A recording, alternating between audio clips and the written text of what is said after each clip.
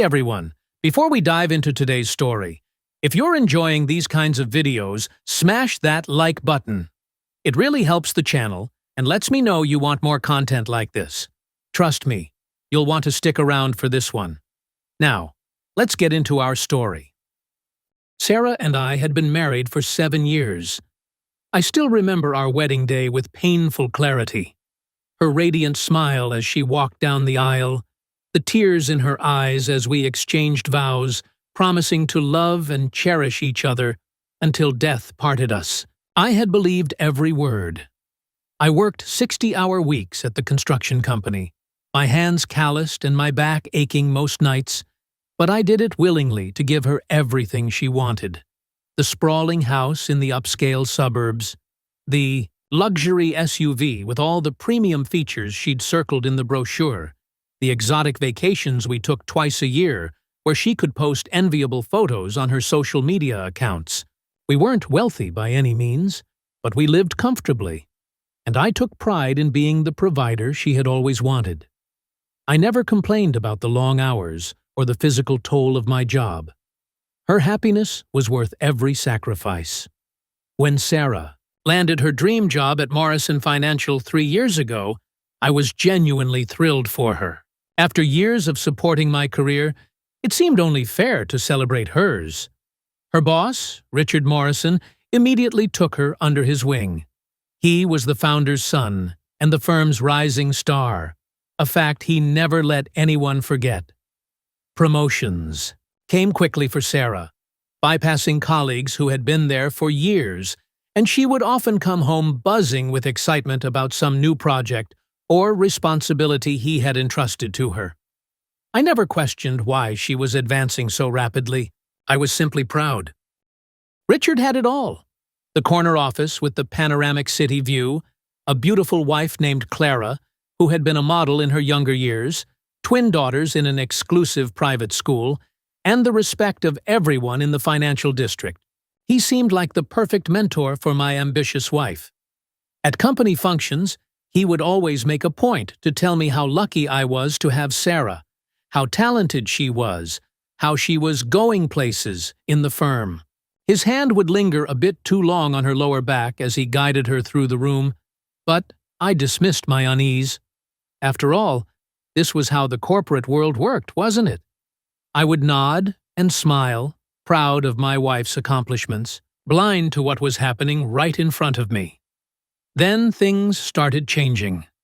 Subtle at first, Sarah began working late, claiming she needed to finish urgent reports for Richard that couldn't wait until morning.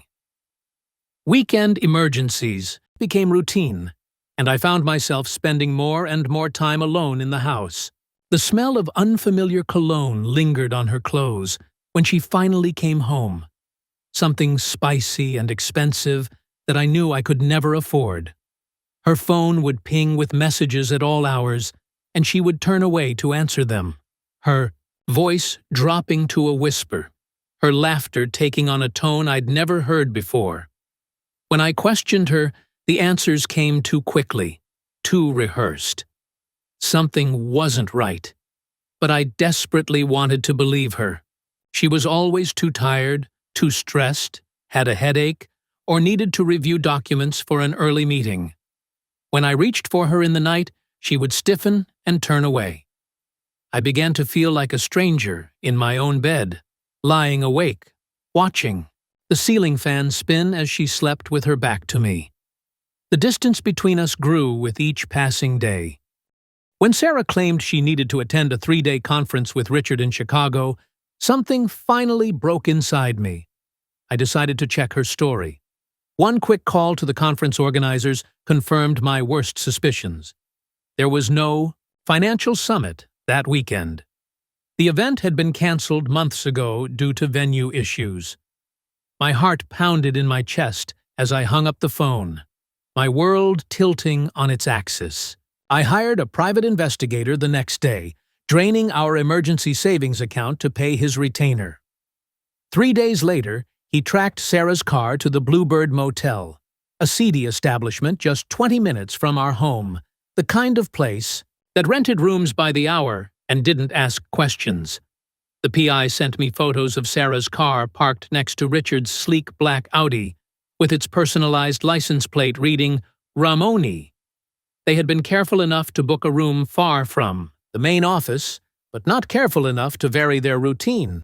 Every Tuesday and Thursday afternoon, like clockwork, for the past 6 months, they had been meeting there from 2 till 5 p.m., precisely when Sarah claimed to be in budget meetings that couldn't be interrupted. While I was working overtime to pay for our anniversary trip to Maui, they had been lying in each other's arms in a cheap motel. While I was surprised her with flowers for no reason, she had been giving herself to another man. The betrayal was so complete, so perfectly executed, that I almost admired the precision of their deception. I waited until Thursday afternoon, my stomach churning with acid as I watched the clock tick toward 2 p.m., their usual meeting time, according to the investigator's report. I had taken the key card from Sarah's purse weeks earlier and made a copy, just in case. I had planned to use it to check her suitcase before her Chicago trip, but now it would serve a different purpose. As I pulled into the motel parking lot, carefully parking my truck where it wouldn't be immediately visible, I spotted their cars in the usual spot outside room 118. My hands trembled as I approached the door, hearing their laughter inside. The sound of champagne glasses clinking together in celebration of their deception. I stood outside for nearly 5 minutes, my heart hammering so violently I thought it might burst from my chest. Through the thin walls, I could hear Sarah's voice, the same voice that had whispered, "I love you" to me thousands of times. Now, telling another man how much she wanted him, how she had always wanted him. I heard Richard's smug responses, his casual mention of their planned getaway next month, a trip he said would be just the beginning. They were plotting a future together as I stood just feet away, my world collapsing around me. The key card worked. The door swung open silently, and for a moment, they didn't notice me standing there. The scene burned itself into my memory. Sarah and Richard tangled in the cheap motel bed sheets, a bottle of Dom Perpignan, my favorite champagne, the one I saved for special occasions and could barely afford, chilling in an ice bucket. Sarah was wearing the red lingerie I had given her for Valentine's Day, which she had told me was not really her style. Their clothes were flung carelessly across the room, evidence of their urgent passion. On the nightstand, I noticed Richard's wedding ring placed neatly beside his wallet, as if he could simply remove his commitment along with his jewelry. They froze in shock as I stood in the doorway, Sarah's eyes widening in horror as she scrambled to cover herself with the stained sheet. The look on her face wasn't just surprise. It was the devastation of someone whose carefully constructed world was shattering into a million irreparable pieces. "Oh my God, it's not what," she began, the most predictable lie in the history of adultery dying on her lips as she saw the cold fury in my eyes. She knew there was no possible explanation, no story she could spin to make this something other than what it was. If you're enjoying this story so far, this is the perfect moment to hit that like button. It only takes a second, and it helps more people discover this video. Now, let's get back to our story and see what happens next. Richard scrambled to cover himself, his expression morphing from shock to a practiced corporate calm. "Now, listen, we can discuss this like adults," he said, his voice dripping with condescension even now, as if I was the unreasonable one who had interrupted their afternoon, as if there was some civilized way to process finding your wife in bed with another man.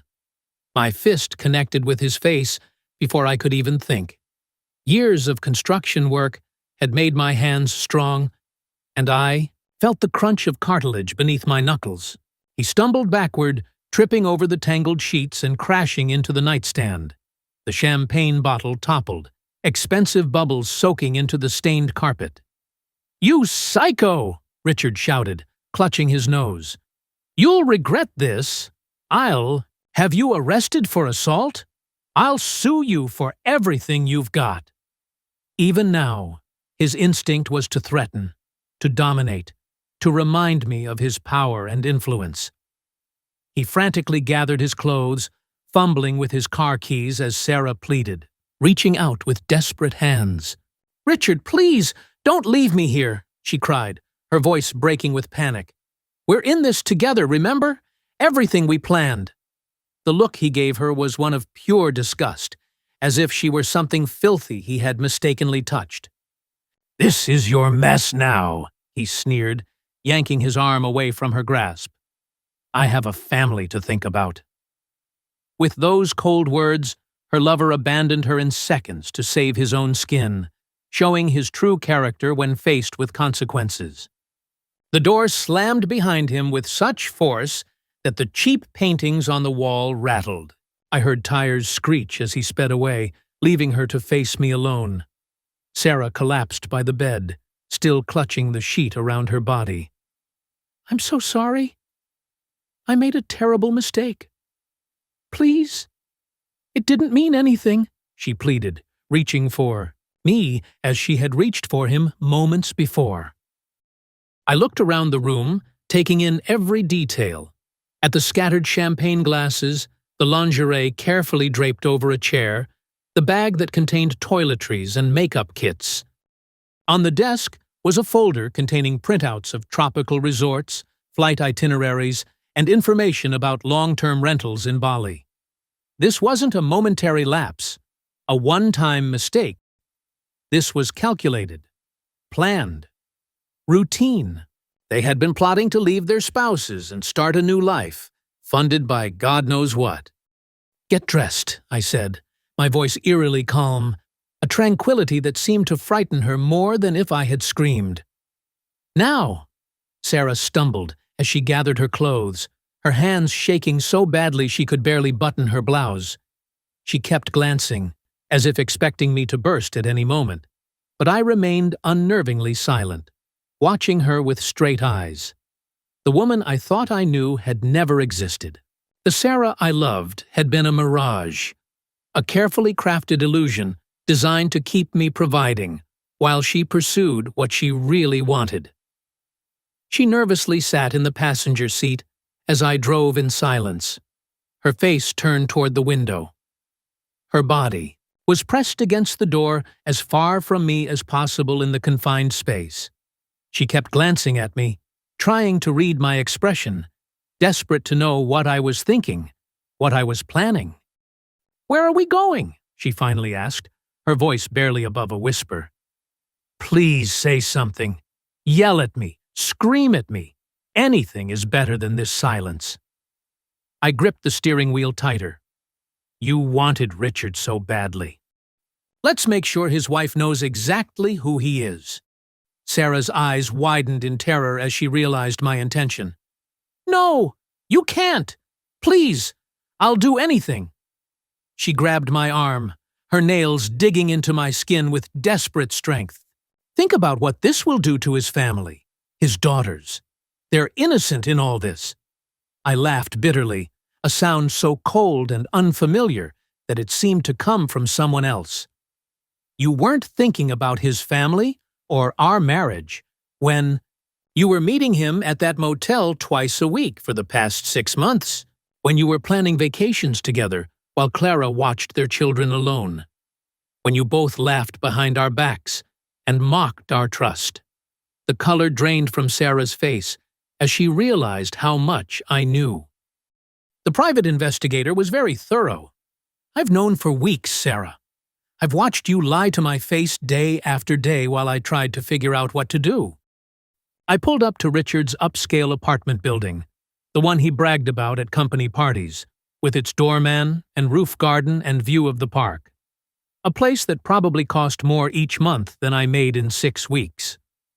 "You're going to tell Clara everything, every detail, every lie." Sarah began to hyperventilate, her chest heaving as panic set in. "I can't. Please. She'll finish me. You saw how Richard reacted. He's capable of anything when cornered. If we do this, there's No going back for any of us. You should have thought about consequences before you lift your legs for a married man in a motel room, I said, the crude words feeling foreign on my tongue, but I wanted to hurt her as deeply as she had hurt me. Now get out of the car. She was still pleading as I practically dragged her into the building, past the startled doorman who clearly recognized her but was too professional to comment. In the elevator, she tried one last desperate gambit. "David, please," she whispered, using my name for the first time since I'd discovered them. "If you ever loved me at all, don't do this. We can work through this. Go to counseling. I'll quit my job. I'll do anything you want." I looked at her tear-stained face, searching for any trace of the woman I had married, and found nothing familiar. "That's the problem, Sarah. I did love you. With everything I had." Clara opened the door after the second knock, confusion crossing her elegant features as she took in the strange couple on her doorstep. My disheveled wife still in her wrinkled work clothes from the motel, eyes red and swollen from crying, and me, standing grim-faced beside her. "Can I help you?" Clara asked politely, though wariness had already crept into her voice. She was tall and graceful, with the poised demeanor of someone used to navigating difficult social situations. I could see why Richard had married her. She had class, old money elegance that his new money couldn't buy. "Mrs. Morrison? My name is David Johnson. This is my wife, Sarah. She works with your husband at Morrison Financial." I kept my voice steady, watching recognition dawn in Clara's eyes as she connected the dots. She had seen Sarah at company events, had made small talk while their spouses networked, had perhaps even noticed the lingering glances between Sarah and Richard that I had been too blind to see. "Please come in," Clara said after a moment's hesitation, stepping aside. Sarah was trembling so violently beside me that I thought she might collapse. "Please," she whispered, clutching my arm. "Don't make me do this." I placed a firm hand on her shoulder, squeezing just hard enough to let her know I wasn't going to relent. "Tell her," I commanded. "Tell her everything." What followed was the most painful confession I've ever witnessed. Sarah revealed everything. How the affair started at the company retreat last spring when Richard had invited her to his suite to discuss her career prospects. How they'd been meeting at the Bluebird Motel for 6 months because it was convenient and discreet. The romantic weekend getaways disguised as business trips to Boston and San Francisco. The plans they had made for the future. With each revelation, Clara's face transformed from shock to fury, her elegant composure crumbling by degrees. "You destroyed my family for what? Hotel quickies and champagne?" Clara's voice was ice, her hands clenched into tight fists at her sides. Without warning, she slapped Sarah hard across the face, the crack of palm against skin echoing in the quiet apartment. Before I could react, she struck again, leaving angry red marks on my wife's tear-stained cheeks. I didn't stop her. Maybe I should have. But in that moment, I felt Clara was entitled to her rage. She was unleashing years of suspicion and pain onto the woman who had helped cause it. As Sarah cowered, Clara turned to me, her eyes blazing with a dangerous light. "Did you know they were planning to leave us? They booked a trip to Bali next month, one-way tickets. Richard told me he had a business conference in Singapore." She pulled out her phone, navigating to her email with trembling fingers. She showed me the confirmation email she had found in Richard's account. 2 first-class tickets to Denpasar, Bali, with no return date specified. They were going to disappear together, probably with company money. I felt like I'd been punched, in the gut, all over again. Even knowing about the affair, I hadn't fully grasped the extent of their betrayal. "You were planning to leave me?" I asked Sarah, a new level of hurt washing over me. Without even saying goodbye, Sarah sank to her knees on Clara's immaculate marble floor, sobbing uncontrollably now. "It wasn't like that. We were just talking about possibilities. We hadn't decided anything for certain. Liar! Clara spat, throwing her phone at Sarah, who barely ducked in time. I found the lease agreement for a villa in your email drafts folder. 6 months, paid in advance. You were going to clean out the accounts and run away like thieves. I had heard enough. My head was pounding, my vision blurring around the edges. I needed to get out before I did something I would regret. The bus stop is 2 blocks west, I told Sarah coldly, turning toward the door. Find your own way home. David, please, Sarah crawled forward, grabbing at my pant leg. Don't leave me here with her. I shook her off as if she were something contaminated. You made your choices, Sarah. Now live with them. I walked out, leaving my wife with the enraged Clara, ignoring her desperate pleas as I descended in the elevator. The last thing I heard before the doors closed was the sound of breaking glass and Sarah's frightened cry. Hours later, as the sun was setting, Sarah finally stumbled through our front door, looking shell-shocked and disheveled. Her blouse was torn at the shoulder, and a bruise was forming under her left eye. I was methodically packing her belongings into suitcases, separating our lives with clinical precision. Her clothes in one pile, her jewelry in a small box, her personal papers in a folder. Clara called Richard's partners at the firm, Sarah said quietly, watching me from the doorway, as if afraid to come closer. She told everyone everything. The hotel receipts, the gift purchases, the expense reports Richard had falsified. She had been collecting evidence for months. She suspected all along but couldn't prove it until today. I continued folding her clothes without looking up. Not my problem. Richard says I ruined his life, she continued, her voice breaking. He told me never to contact him again. Said if I come near him, he'll file a restraining order. He's blaming me for everything, saying I seduced him, that I was obsessed with him. I want you out by morning, I replied, zipping up the first suitcase with finality. Sarah's face crumpled, fresh tears spilling down her cheeks. Please, where will I go? I have nothing left. Richard won't even take my calls now. I've been fired. HR called while I was at Clara's. Everyone at the firm knows.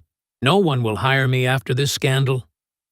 I finally looked at her, feeling nothing but cold detachment where love had once lived. You had everything. You threw it away. That's not my burden to carry. The doorbell rang, interrupting whatever desperate plea she was about to make next. I opened the door to find Clara standing there, looking composed despite the devastation. She was holding a thick folder of documents and a flash drive. I thought you should see these, she said, stepping inside without waiting for an invitation. She spread the papers across our dining table. Bank statements, transfer records, offshore account details, forged signatures. After you left, I started going through Richard's files more thoroughly. It seems our spouses were involved in more than just an affair. The documents revealed that Richard and Sarah had been embezzling funds from Morrison Financial for the past year, creating fake client accounts, diverting investment funds, falsifying returns. Nearly $2 million had been siphoned into hidden accounts in the Cayman Islands and Singapore, accounts that had both their names on them. Clara had already contacted the police and the firm's legal department, who were on their way to arrest both of them. Sarah's face went ashen as she saw the evidence laid out before her. It was Richard's idea, she protested, backing away toward the wall. I just helped with the paperwork. He said no one would ever notice. He said his father would cover it up, even if they did. The sound of police sirens grew louder outside our house. Clara's eyes met mine across the room, a look of grim satisfaction in them. Richard tried to transfer all the money to his personal account after he left the motel today, Clara explained, her voice steady and cold. That's what triggered the security alert at the bank. He was going to take everything and disappear. Without Sarah. When the police picked him up, he confessed everything, claiming it was all her idea from the beginning. He's offering to testify against her for a reduced sentence. 2 police officers appeared at our door, warrant in hand. Sarah Johnson, we have a warrant for your arrest on charges of embezzlement, wire fraud, and conspiracy. As they handcuffed my trembling wife, she looked at me with desperation in her eyes. Please, help me. I'll do anything. You can't let them take me. I didn't understand what I was doing. Richard handled all the details. You already did everything, I said quietly, as they led her toward the police car. You did it all to yourself. As the police car drove away, Clara remained standing in my living room. I'm sorry it came to this, she said, though there was little genuine regret in her voice. But they deserved everything they got. I nodded slowly. Yes, they did.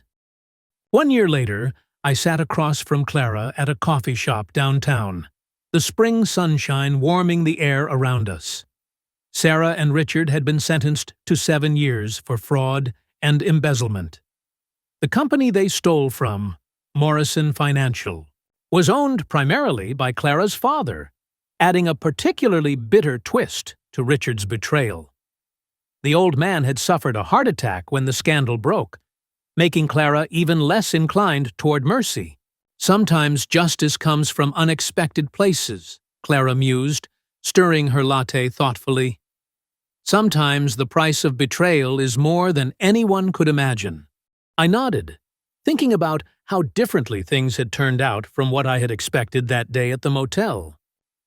To new beginnings, I said, raising my cup slightly. Clara smiled, her eyes warming, and to karma. That evening, I placed my wedding ring in a small jewelry box and closed it firmly. Some betrayals can never be forgiven. Some lessons come at an unimaginable cost. But sometimes, from the ashes of destruction, something new and unexpected can emerge. The affair had cost Sarah and Richard everything: their marriages, their reputations, and their freedom. As for Clara and me, we were just beginning to discover what might be possible after surviving the ultimate betrayal. Sometimes the end of one story is just the beginning of another, one with a very different ending than anyone could have predicted. And that's how it all ended. I hope you enjoyed this story as much as I enjoyed sharing it with you. If you did, please take a moment to comment below with your thoughts or questions. Share this video with someone who would appreciate it, and don't forget to subscribe and hit that notification bell so you never miss my next video. I post new stories every day, and I'd love to have you join our growing community. Thanks for watching, and I'll see you in the next one.